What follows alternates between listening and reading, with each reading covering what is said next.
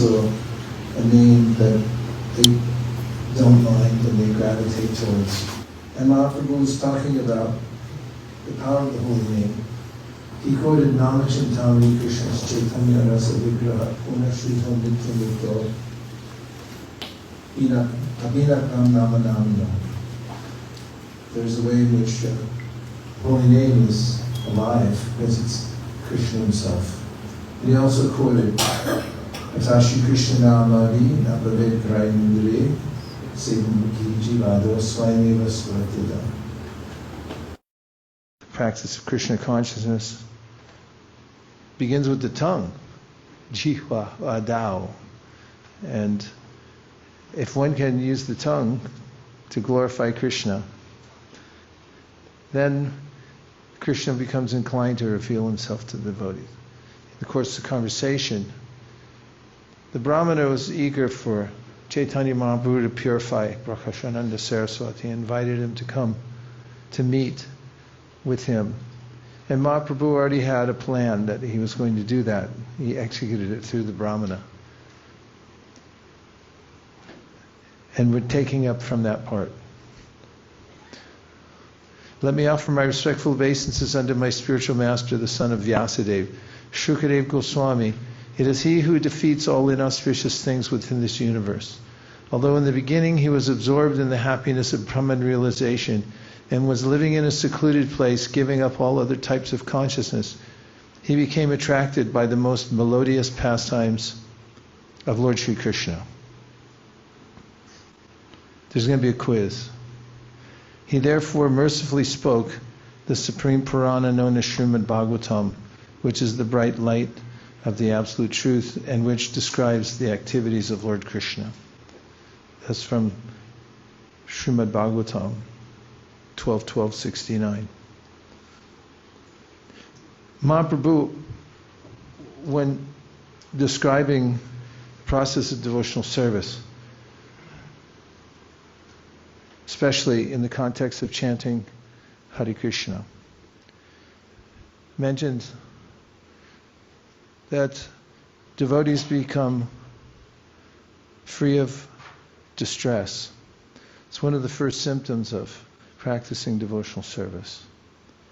Besides, it's the beginning of auspicious life. Auspiciousness means that one knows how to do good for all living beings.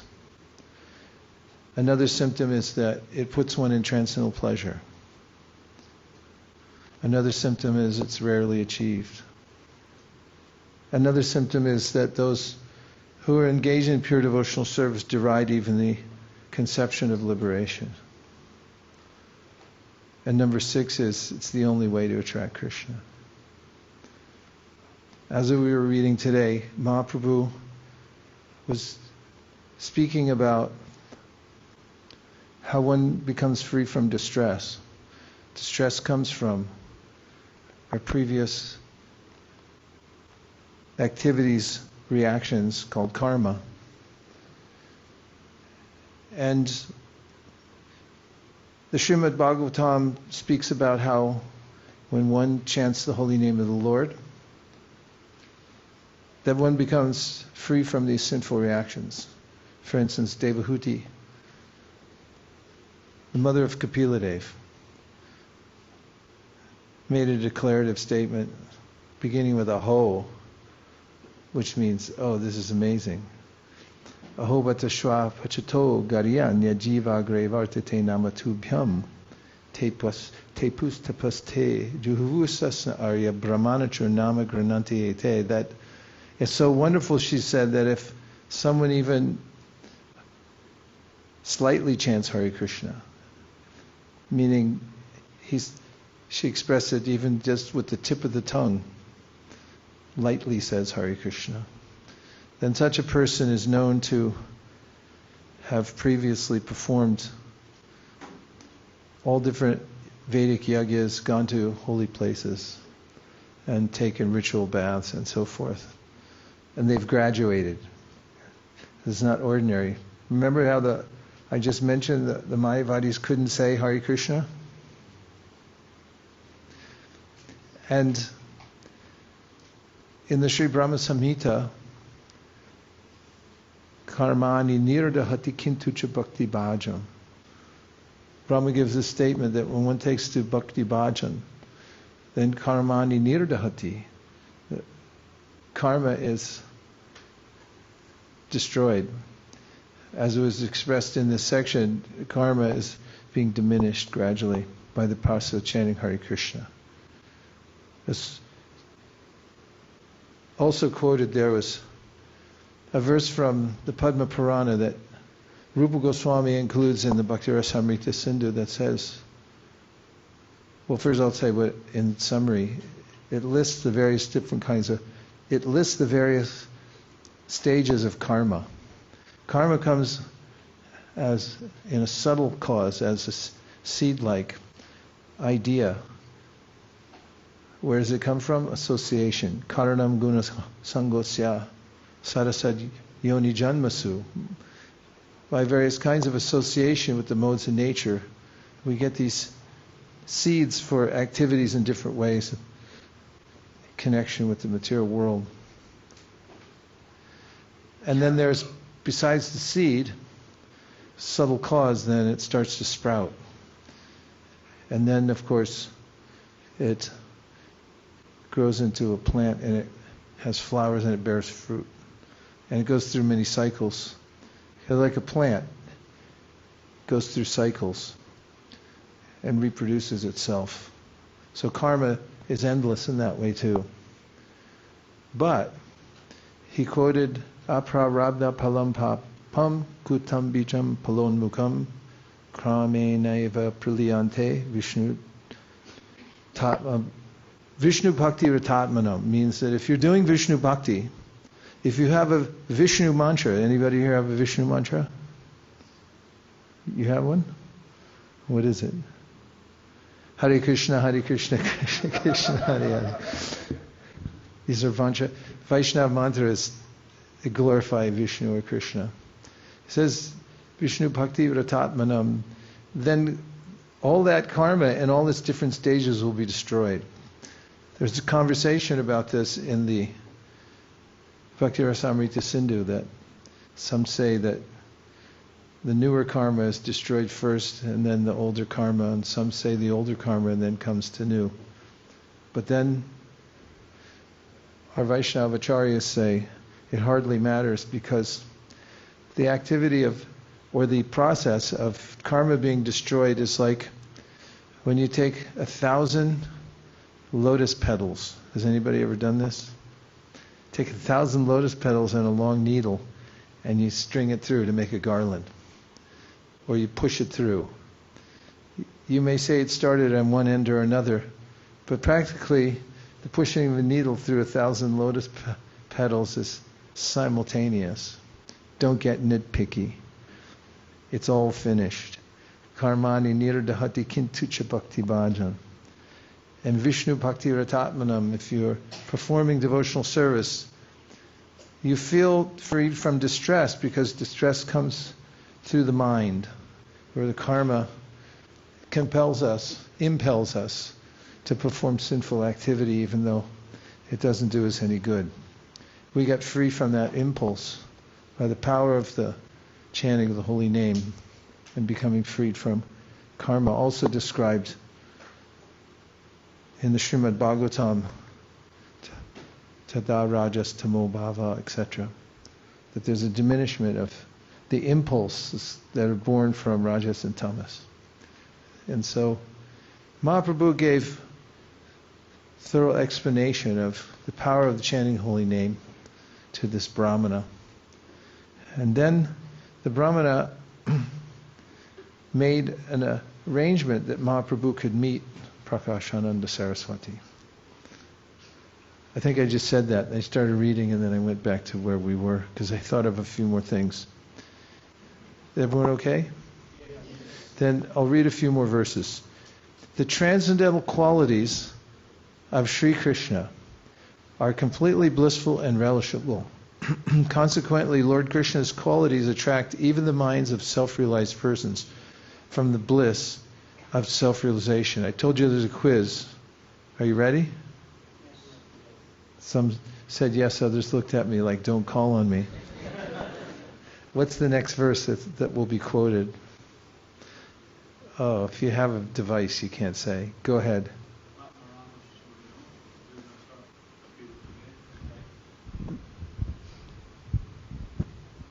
Atmaramaschamaneo nirgranta apirukrame kurvanti haitakim bhaktim ittam bhuta guno harihi.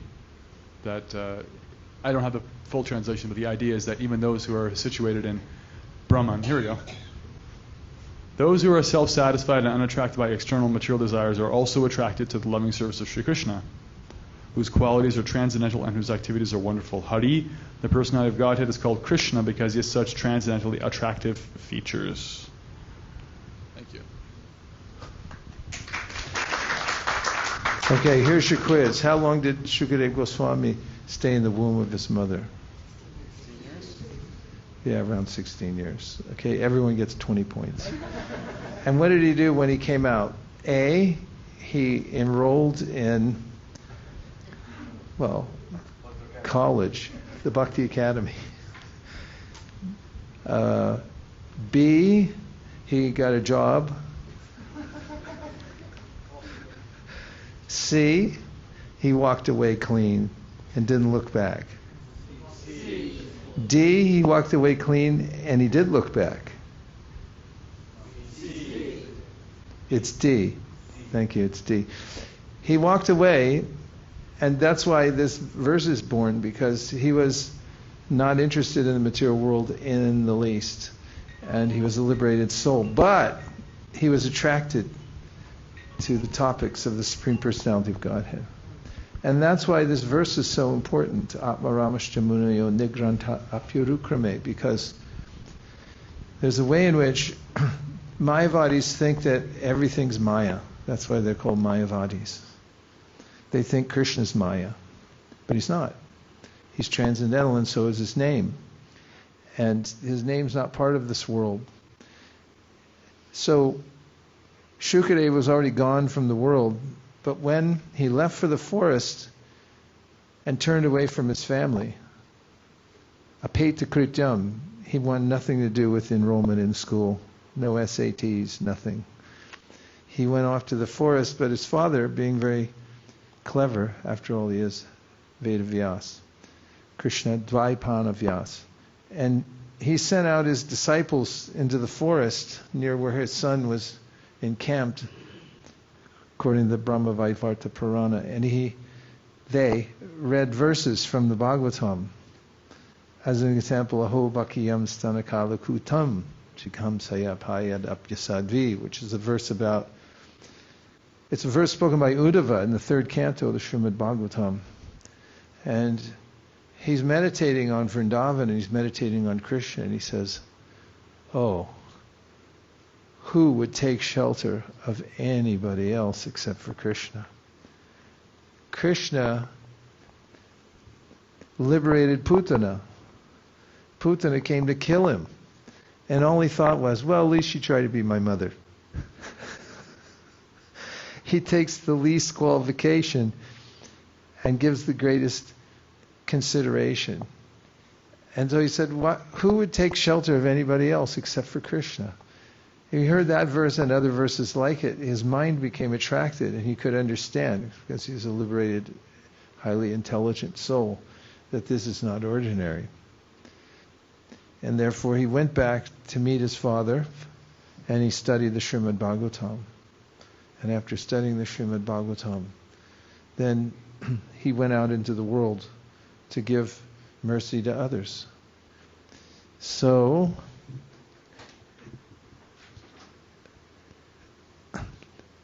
verse 41 says, can you handle a couple more verses? Yes. Okay. Apart from the pastimes of Lord Krishna, when tulsi leaves are offered at the lotus feet of Sri Krishna, even the aroma of the leaves attracts the minds of self-realized souls. The question is, which self-realized souls are being referred to here? And who knows the verse? Tasyaravindam nayanasya. You know? It goes, Tasyaravinda nayanasya padaravinda kinjalka mishra tulasi makarandavayu antaragata savivarena chakara tesham sankshobhyamakshadajasham apichitta tanvo. When the breeze carrying the aroma of tulsi leaves and saffron from the lotus feet of the lotus-eyed personality of Godhead entered through the nostrils into the hearts of those sages, the Kumaras, they experienced a change in both body and mind, even though they were attached to the impersonal Brahman understanding. Purport. This is a verse from Srimad Bhagavatam 3:15-43. Vidura and Maitreya discussed the pregnancy of Diti. Diti's pregnancy caused the demigods to be very much afraid, and the demigods went to see Lord Brahma. Lord Brahma explained the original incident involving the cursing of Jai and Vijay by the Chatusana Kumaras. Once the Chatusana Kumaras went to Vaikuntha to visit Narayan, the Supreme Personality of Godhead, but they were stopped from entering the palace at the seventh gate by two doorkeepers named Jai and Vijay. Okay, who wants to do the play? We need 3 people. 6. Go ahead. Kids, get up there. Just go. We need 6. 1, 2, 3, 4, 5, 6. 4 Kumaras. Organize 4 Kumaras and 2 doorkeepers. Who is Jai and Vijay? Who's leading this organization here? Somebody be Jai and Vijay, and you got to make a gate before they come in. You stand there. You 2 stand there and face them. They're the 4 Kumaras. Or is that the 5 Kumaras? I can't see how many are there. Okay, I'm going to read it and you play it out. Are you ready? Say yes. Once the Chatusana Kumaras went to Vaikuntha. You 4 Kumaras come to Vaikuntha. Go around the corner that way and come out into Vaikuntha. Go behind that thing. Out that door to the left. You can... Okay, here we go. Once the Chatusana Kumaras went to Vaikuntha to visit Narayan, the Supreme Personality of Godhead, but they were stopped from entering the palace at the 7th gate by 2 doorkeepers named Jai and Vijay. Due to their jealousy, Jai and Vijay would not allow the Kumaras entry, and consequently the Kumaras became angry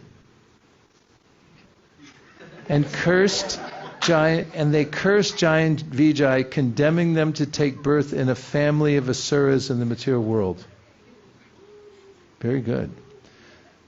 Oh, we're going to need one more player. So you all stay up there. The omniscient personality of Godhead, come on, immediately understood the incident, and he came with his eternal consort. One more. We need a consort. Come up. The goddess of fortune. The Chatusana Kumaras immediately offered their obeisances to the Lord. And smelling the aroma of tulsi and saffron from his lotus feet, the Kumaras became devotees and abandoned their long-cherished impersonalism. Come on, you can become devotees. Thus the 4 Kumaras were turned into Vaishnavas simply by smelling the aromatic tulsi mixed with saffron. Okay, give them another round. Good work, good work. Those who are actually on the platform of Brahman realization and who have not offended the lotus feet of Krishna can immediately become Vaishnavas simply by smelling the aroma of the Lord's lotus feet. But those who are offenders or demons are never attracted to the Lord's personal feature, even though they may visit the Lord's temple many times. In Vrindavan we have seen many Mayavadi sannyasis who do not even come to the temple of Govindaji, Gopinath or Madan Mohan, because they think that such temples are Maya. Therefore they are called Mayavadis. Sri Krishna Chaitanya Mahaprabhu therefore said that the Mayavadis are the greatest offenders. So now we just have a couple of minutes for some reflections or questions. That makes it a discussion. Ready? Go. Expound or tell what you heard so far, or ask a question that you think will expand the conversation in a direction that will be helpful. Yes, Gopal Prabhu, Hare Krishna. Hare Krishna. Prabhu, when Sukadeva Goswami was in the womb for 16 years, was he hearing the Bhagavatam? As in similar to Prahlad Maharaj being in the womb? And then part of that is also when the disciples go to bring him back, he studies under them and or his father, or? It's not mentioned that he heard the Bhagavatam in the womb. What he did hear was Krishna's assurance that he wouldn't fall into Maya. As Krishna came there on the request of Vedavyas and told Sukadeva Goswami that you can come out, you won't be affected. But he wasn't taking any chances. Although he did come out after some time and he left. And it's not mentioned in the Brahma Vaivarta Purana either that he studied under the students. It says he came back and studied under his father. Reflections, questions. What did you hear? What struck you? Yes. Raise your hand. Yeah. Thank you, Maharaj. Dandavat Pranam. I think the question you mentioned about the Mayavadis versus the Vaishnavas in the discussion. I guess my question was, the holy name is the holy name. So whoever chants it, is it the same effect, or if Mayavadis chant it, because they do as well, they do all kinds of names and so on. Yeah, it's an excellent question. So yeah. Yes, it's actually something that Mahaprabhu mentioned.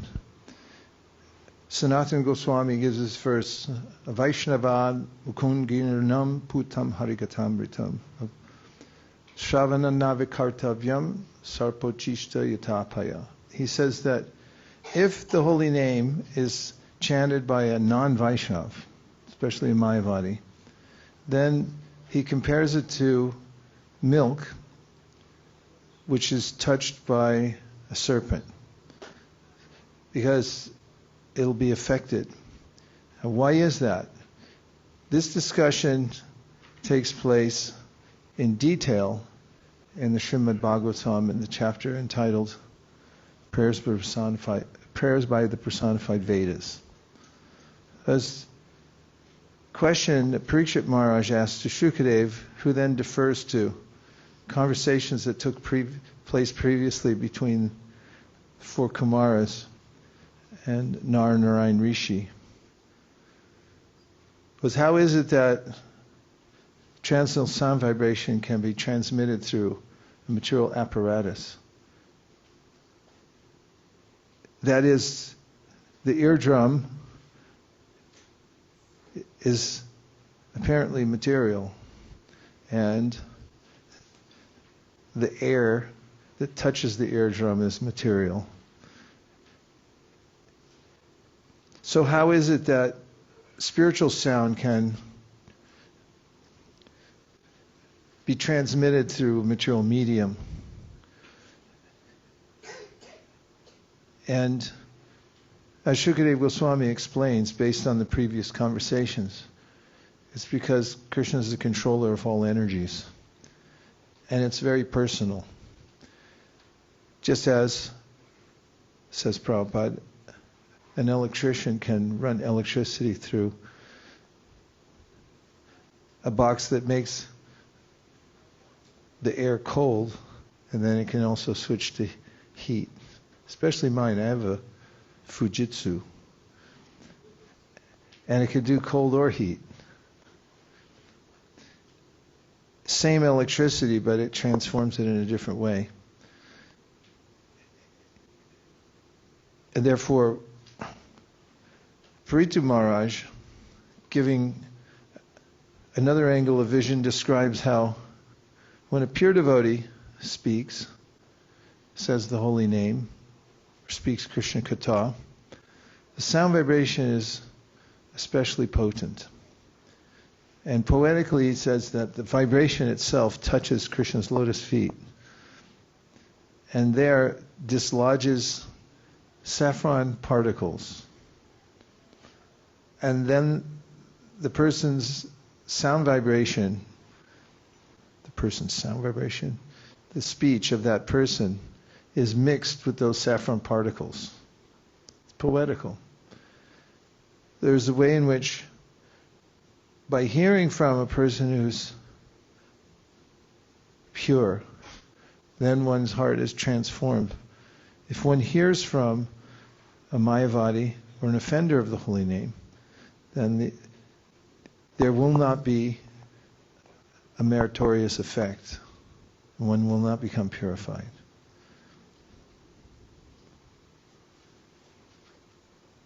You're welcome. Thanks for the question. 2 more. Yes, Prabhu. We'll come to you next. Hare Krishna, Prabhu. Hare Krishna. I wanted to ask a question, but I'm not sure how to ask this question, but I'll try my best. Nowadays, there's a lot of Kirtan Melas retreats that goes on around the world, and people are very attracted to coming to these retreats where it's just Kirtans, and devotees could spend 7 hours just listening to the Kirtan because of the holy name. But yet, at the same time, when there's a katha for 7 hours, it's not always feasible, even though it's about glorifying about the Supreme Lord. Is there any sort of difference between going to a Kirtan Mela or going to a retreat where it's just katha on the Supreme Personality of Godhead? Well, you should test them both out. We have a reading at Govardhan that'll start in a few days, and we read 5 hours a day. We hear Bhagavatam 2.5 hours in the morning, 2.5 hours after lunch. That's 5 hours. And sometimes for more, because we have to catch up. And we'll use the morning hours for it too. So sometimes it's 7 hours. And the effect is quite nice. In fact, anyone I've ever asked who's been to one of these, this will be year 23, annual 23, doing that. Those who I have asked afterwards, how was it? They say, life-changing. And going back to your question, kirtan oftentimes, because it's rhythmic and melodic, it may be easier to have a taste for that for that long. But it does require having a taste anyway to stay in hearing and chanting for that long. So just try them both and see what you think. Oh, yes, Prabhu.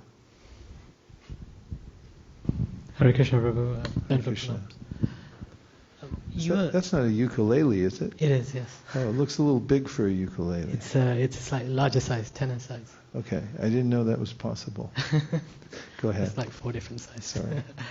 You were mentioning in the reading, and correct me if I've misheard, that Jay and Vijay were jealous of the 4 Kumaras. Could you expound on that?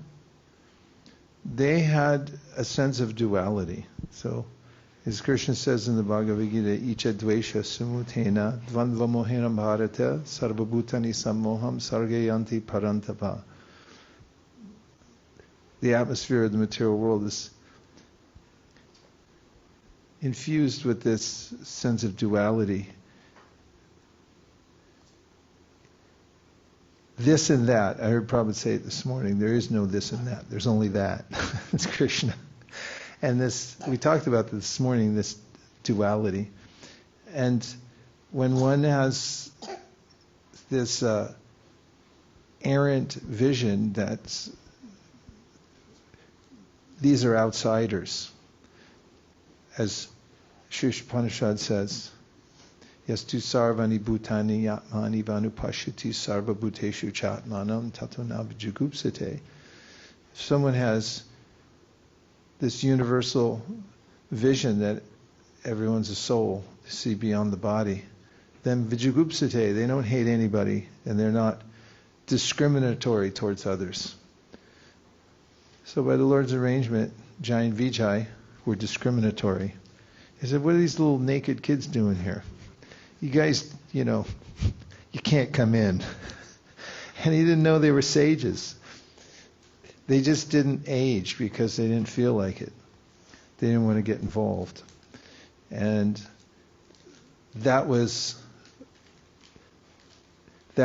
caused a sense of this duality. And they were beyond that, beyond duality. That was their specific characteristic, is that they weren't involved in the dualities of the material world. They weren't yet devotees, but they didn't have any sense of us and them. So when Jai and Vijay expressed, you're not one of us, he said, what are you guys doing here? You don't belong to be here. You should go to the material world and not stay here. That was it. And then when they met Narayan apologized as if he had made the offense himself. And then they could understand, oh, he makes no discrimination. He sees himself as the same as his servitors. And we find also that it was the arrangement of the Lord. So he could come and fight with several sets of demons. Thank you. Okay? Yes. Hare Krishna. Thank you very Krishna, much, Hare Maharaj. My question was, when Mayavadis come in contact with the holy name, they may turn away. So when a sinful person comes in contact with the holy name, they may chant. So which is a better situation to be in? To be a sinful person and chant? Or be a Mayavadi? Sinful. Sinful's not a big deal. Mayavad is. So if somebody's sinful, sins are no match for the holy name. Yadabaso pyudyan kavalita bhava dvanta vibhavo drisham tatvandanam api dishati bhakti pranayanim. Or more appropriately, the verse before it, Jayanam adeha. No. Munivringa dehe. Janaranjanaya panamaksharakite tvamanad arad api manad udiritam nikilogra tapa patulim volumpasi. Rupa Goswami writes that sinful people, ugra tapa, ugra nashinga, and tapa means horrible sacrifice because of karma. The ugra tapis, who are just so enveloped by this karma, horrible karma, they can easily that karma can easily be smashed. That's what the verse says. Jayanamadeya munivrindageya he janaranjanaya paramaksharakite tvamarada nad api manag udiritam. It says that if even one time such a person who's very, very, very sinful utters the holy name even derisively,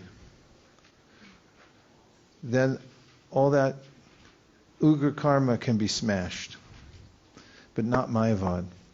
And that comes out more in the Harinam Chintamani.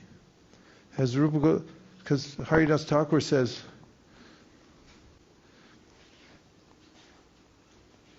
there's only one real obstacle to the chanting the holy name, or a permanent obstacle that has to be overcome. Shouldn't say permanent. It's the main obstacle that one has to overcome, chanting the holy name, and that's Mayavad. It's the greatest offense. As we heard earlier when we were reading this in the car, and Mahaprabhu was pointing out how Prakashananda chops off the Lord's arms and legs because he said he's not a person. And it's the greatest offense to the Lord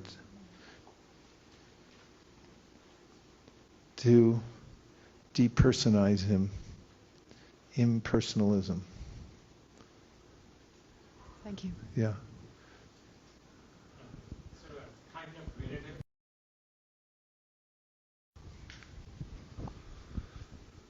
Hare Krishna. Yeah, so kind of related to this is the ninth offense says that to instruct a faithless person about the glory of holy name is an offense. So does it focus more on the glory part of the holy name and hence it is an offense, or how is it an offense? The main instruction is given in the Srimad Bhagavatam. It says, Ishvare taradineshu balisheshu dusatsucha prema maitri kripopeksha yakaroti samadhyamaha. The preachers are the madhyama adhikaris. Kanishtas can't preach. That'd be a bumper sticker. Kanishtas are described, Archaryam eva hareye pujam yashareye yehte natad bhakteshu chanyeshu sabhakta prakrita smita. The lowest level is the Kanishta Adhikari. I mean, these are general categories of low, medium, and high. Even Kanishtas are glorious because they're devotees. But the fact is they're called Prakrita Bhaktas, materialistic. What's wrong with the Kanishtas? Well, in this verse it's described, Archaryam eva hareye. They know about the Lord in the temple and they'll come see him. That's good. Pujam yashareye hate. They have faith only in puja and in the Lord's form in the temple. But natad bhakteshu cha anyeshu means they don't know how to respect devotees. And that's really not very good. Because the devotees are more dear to Krishna than Krishna is to himself. He considers the devotees his, as Swami Prabhupada quoted this morning. And Cha'anyeshu means they don't know how to do good for others. That's also not good. And Krishna says in the Bhagavad Gita, those who do good for others by teaching them Bhagavad Gita are the most dear to me. So who are those devotees who can teach Bhagavad Gita? They're the Madhyama Adhikaris. It's a very advanced position to be a Madhyama. Madhyama means middle. It's a highly advanced situation. And again, just say the Kanishtas are also glorified by Kapila Deva in the third canto of the Bhagavatam. He said they shouldn't be disparaged because they're also great souls. But the Madhyams, Ishvare Taradineshu, they have to see four categories. One is Ishvara, Krishna. The others are Adineshu, the devotees. Bali Sheshu means the innocent. And Dvisatsu means those who are against Krishna. And they're enjoined to interact with those four categories in specific ways. One, towards Ishvara, prema. You should develop prema for Krishna. The devotees, maitri, friendship. Towards the balisheshu, that means the innocent people, should give kripa, mercy. And towards the dvisatsu, you should be neglectful. Not completely neglectful, it's just you're not supposed to talk to them. Saves you a lot of time anyway. But Jiva Goswami says you should pray for them. That's a form of I forget exactly how he puts it, but he says that although the Madhyamadhikaris avoid talking to people who are averse to hearing about the glories of the Lord, they still pray for them because it'll make them more inimical. And it comes up in this story, Prakashananda Saraswati. You haven't gotten there yet, but what happens is, spoiler alert, Lord Chaitanya Mahaprabhu goes to see Prakashananda Saraswati. And when he gets there, he's so humble that when he comes in, he sits down in the place where nobody would sit. It's where people wash their feet. And then he shows his effulgence. I mean, Lord Chaitanya Mahaprabhu is also, in any case, people can't stop looking at him because he's so beautiful. Even when he was a child or a young man, when, as Vrindavan Thakur describes in the Chaitanya Bhagavat, people just gawk at him as he's walking past. It's like, is this God's ultimate creation? Just the way he was shaped and the beauty of his face, the way his Brahma thread, the way he wore his dhoti. I mean, he was not just beautiful, but cool, personified. And then when he came in, everyone just noticed him. He's just so beautiful. You imagine Lord Chaitanya walks in here and everyone's like, wow. So he came in, he sat down in a lowly place, and then also, because Mayavadis like the effulgence, so he showed effulgence and they were like, but then Prakashananda said, please, my Lord, sit with us. He changed his heart right then, because he was busy blaspheming Lord Chaitanya, saying he's not a real sannyasi. But when he saw him, and he saw the effulgence, and he saw his humility, then he had a change of heart. So then he went over and he offered his hand to Mahaprabhu to come and sit with them. And Prabhupada writes in his purport that when he did that, he got agyata sukriti. That's a thing. It's actually a thing. It means that you may unknowingly do some service to the Lord or his devotees. I wrote about it in a book I wrote called Our Family Business. I wrote 2 chapters. One's called The Penny Principle, and it's about agyata sukriti. And the other one, I forget the next chapter's title, but it was about how we also have to be thoughtful. You can't just depend on agyata sukriti. Like, you can get some Radhakund water, go back to New York and spray people as they walk by. Like, my work is done in this city. I nailed them. You have to be thoughtful. It takes a lot of work to actually bring people out of the material world. But agyata sukriti can begin one's path and for a next step. And Prabhupada writes in his purport, going to your, whose question am I answering? I forgot, sorry. He says, people are already inimical. He said, we shouldn't make them more inimical. It's already a natural tendency to be averse, unless they're special souls. So don't make them more averse. So this idea, this admonition, gift distribution is the easy way. Do you like doing things the easy way or the hard way? See? So the easy way is, and this really works, it's a totally guaranteed system. There's a scale of 1 to 10. And people at a 10, they're already, pure devotees. And then it comes down to 5.1 is the first level of a person you could actually approach and show them a book without causing bloodshed. That's a little dramatic. But at a 5, let's just say if you're in public, and there's many different kinds of book distribution, and I don't want to traumatize anybody, but there's a way in which if you're in public and you're approaching people randomly, if somebody's at a level 5, they're not going to stop. At 4.9, they won't acknowledge you. At 4.8, yeah. Anyway, I don't want to go there. But at 5.1, it's possible that you could approach them.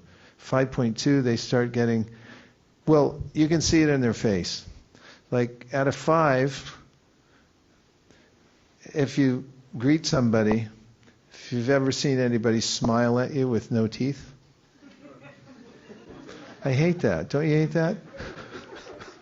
I'd rather they tell me to jump in a lake than do.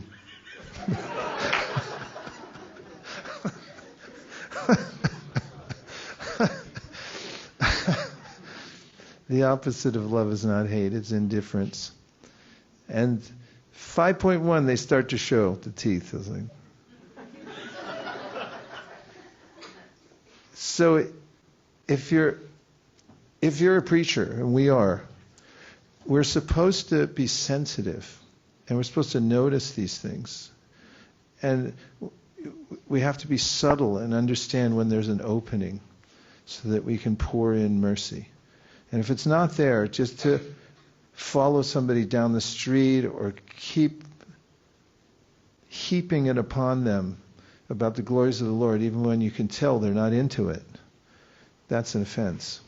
It comes back on you because it cheapens the process.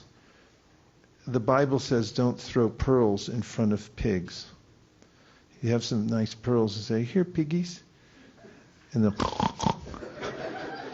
or don't make a nice silk outfit for monkeys. Because you come back half hour later, it'll be ripped to shreds and hanging from a tree or a telephone wire. So you can't appreciate it.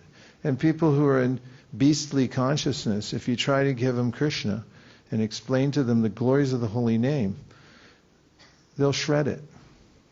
And they won't appreciate it. And you won't feel good about it either. It'll affect you and it'll affect them also, make them more inimical. Divyanam Prabhu, do we want to offer some lamps? Yes. And then yeah, that makes a lot of sense. Because there's a lot more of us today. And yesterday, there was quite an accumulation. It was close to too much. So offer from the doorway and then go back out? Or offer from the doorway, go through there? Is that what it is? Offer from there and then walk through. It's like they do at Krishna Balaram. They walk past and offer. Main thing. We'll take the lamps from there so they can stay here because we have some announcements at the end. Okay. All right. Okay. Sounds good. Thank you. Oh, right.